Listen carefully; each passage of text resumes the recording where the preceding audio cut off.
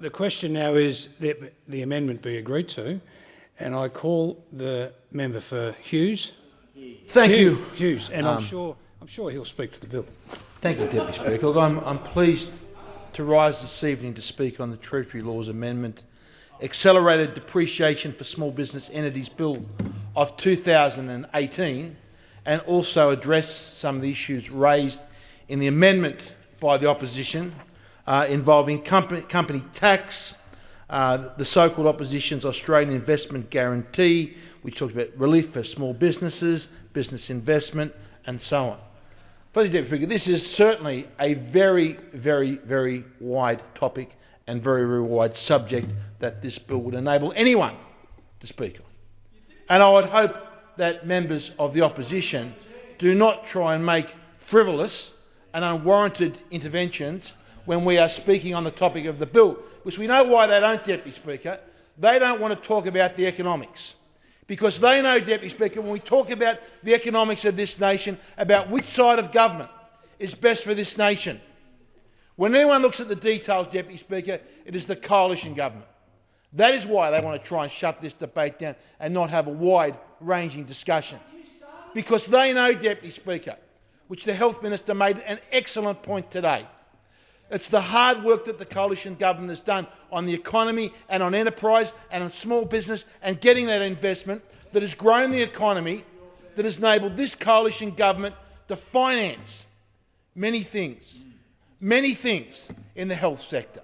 We've been able to put many drugs on the PBS. When the Labor Party, Deputy Speaker, was not able to put a single new drug on the PBS, leaving Australians, Deputy Speaker, waiting for life-saving drugs because their blundering and incompetence when it came to economics shrunk the economy and rode the budget into a deep deficit, Deputy Speaker. It is the coalition government, with our policies to cover investment and wealth creation, that has made the difference for those people. Now, Deputy Speaker, firstly, just quickly to deal with some issues here on the amendment.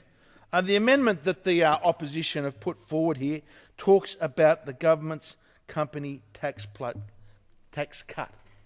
Now, what, Deputy Speaker, I see time and time again is members of the opposition simply do not understand how incentives work in the economy. We've seen, Deputy Speaker, company tax rates in this nation cut from the high 40%, high 48, 49%, Deputy Speaker, down to the current 30%. Now, if you followed the opposition's logic, every single time those corporate rates of taxes were cut, the government would have ended up with less money because they would have been giving away all this money to big business. But you know what happened when you look at the numbers, Deputy Speaker? Every single time in this nation's history when we have cut or reduced the corporate rate of tax, two things have happened. We have grown the economic pie. We've enabled businesses to come and invest and make the economic pie of this nation bigger. But more importantly, Deputy Speaker, what we've actually done at the same time, that slice of the pie of the company tax receipts has actually grown.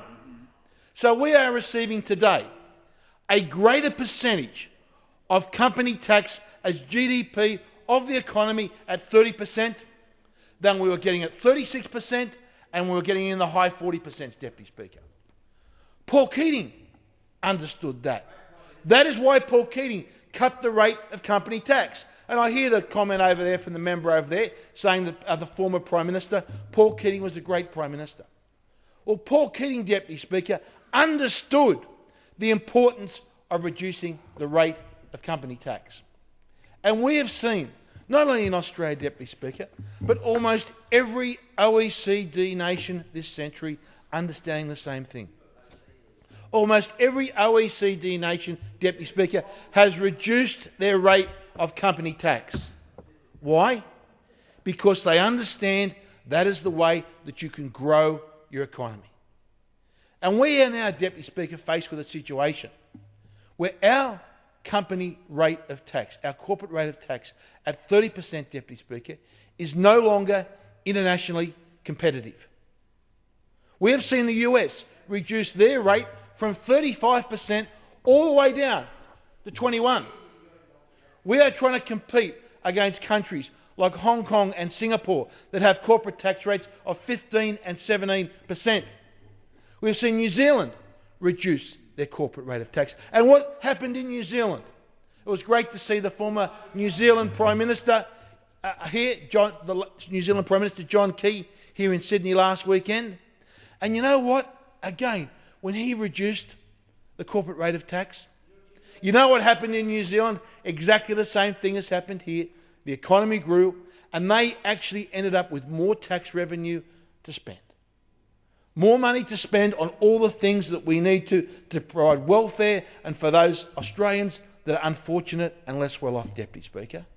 As I said, as the Minister of Health today, I think the greatest contrast that I can recall being said between the Labor Party and the Coalition is the speech here from the Health Minister this afternoon in question time, when he said it's all about creating more wealth, Deputy Speaker, so we can afford the things such as life-saving drugs to go on the PBS, which everyone on this side of the House should be very, very proud of what we've done. So if we're going to have a competitive economy, Deputy Speaker, in the years to go ahead, we have to have a competitive rate, internationally competitive rate of corporate tax.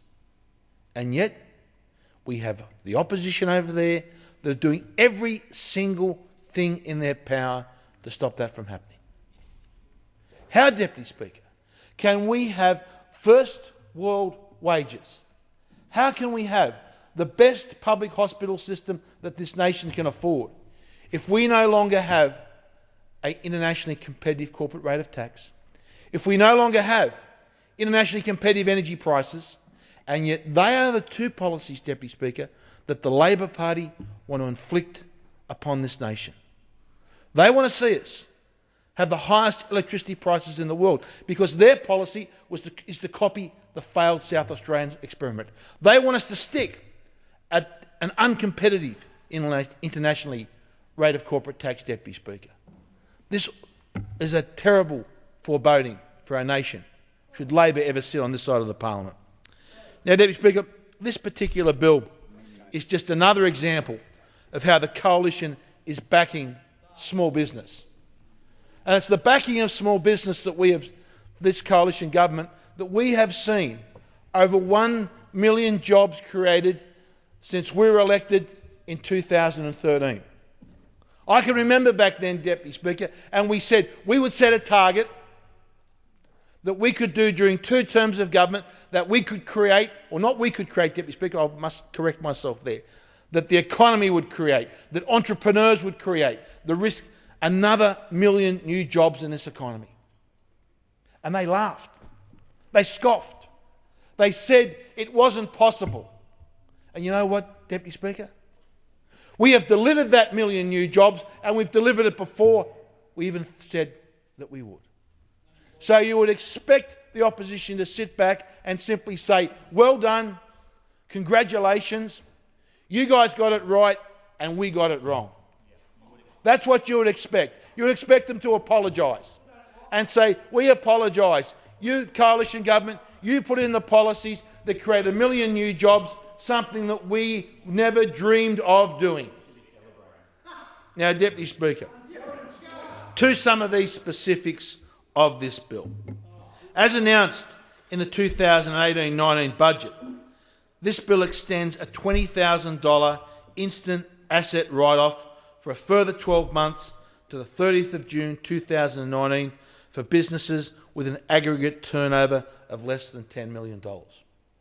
And this is something, Deputy Speaker, we need to explain, because the Labor Party thinks that any business with a turnover of more than $2 billion is a big business. They simply don't understand the difference, Deputy Speaker, between turnover and profit. They have no understanding whatsoever, Deputy Speaker. So it's for any business in the country listening tonight, they should know that if they go out and they want to make a 20 grand investment in some new capital equipment for their business, they will get an instant asset write-off from this government. Now, there's around 3.3 million incorporated and unincorporated businesses with an aggregate turnover of less than $10 million that will be eligible for it.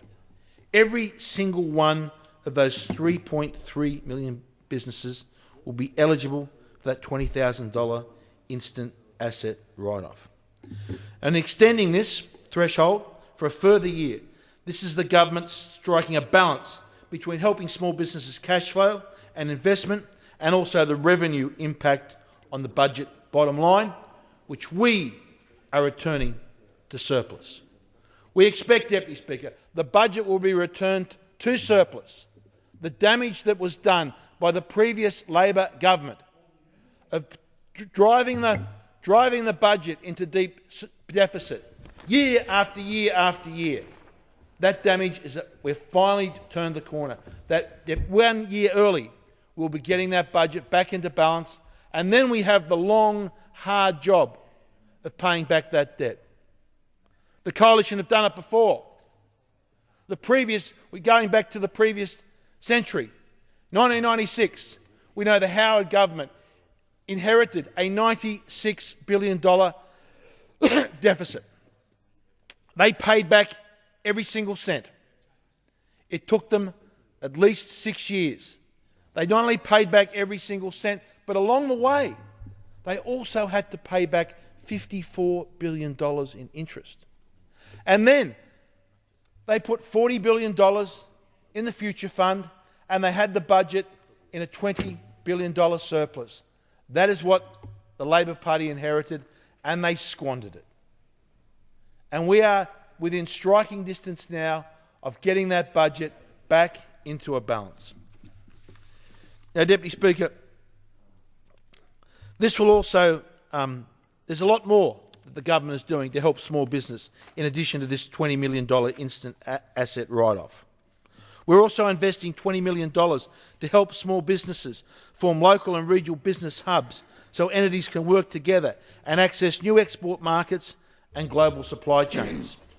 We're providing $17.7 million to support entrepreneurs, the drivers of the economy, the wealth creators, including mentoring support and a focus on those aged over 45 years. And we should be doing that, Deputy Speaker, because those people that have aged over 45 years, that should almost be the time when many of them start their entrepreneurial career, because they have the experience, the life experience, the business experience that can help them make important entrepreneurial decisions. We also expect protecting small businesses and businesses that deliberately go bust to avoid paying their bills with tough new measures to counter illegal phoenixing. We are continuing to reduce red tape burdens across the small business sector. And we are launching FTA negotiations with the European Union. That's also another huge difference. Many of these small businesses that can take advantage of the accelerated depreciation will be working in export markets. Because we understand on this side of the House how important it is to give Australian businesses access to markets. Because we have confidence in them that if they get access to the markets, that they can compete on that international playing field as well as businesses from any other nation in the world. And yet, look at the contrast that we had from the Labor Party. During the free trade negotiations with Japan, we had the Leader of the Opposition bring up the prospect of the midget subs. That was his contribution to the debate, bring up the midget subs attack during World War II. We had during the China free trade agreements, the opposition quoting, Deputy Speaker, xenophobic statements that somehow or other we shouldn't be doing that with China. We've seen the success of those free trade agreements. We've seen that give opportunity to thousands of businesses to increase their exports across all sectors of the economy. And that's why we're continuing those negotiations with the European Union. We've also redefined small businesses with up to a turnover of $10 million, which now includes 99% of all businesses. We've cut taxes for small and medium enterprises to 25% and increased the unincorporated business discount to 16%. We've extended the $20,000 instant asset write-off, as I've mentioned, for another 12 months. But importantly, we've abolished $5.8 billion worth of red tape. Or it should more correctly say red and green tape. Where the opposition wants to tie businesses up, put more regulations on them, give them more forms to fill out, because they think form filling is sort of some sort of productive way. Member's time has expired.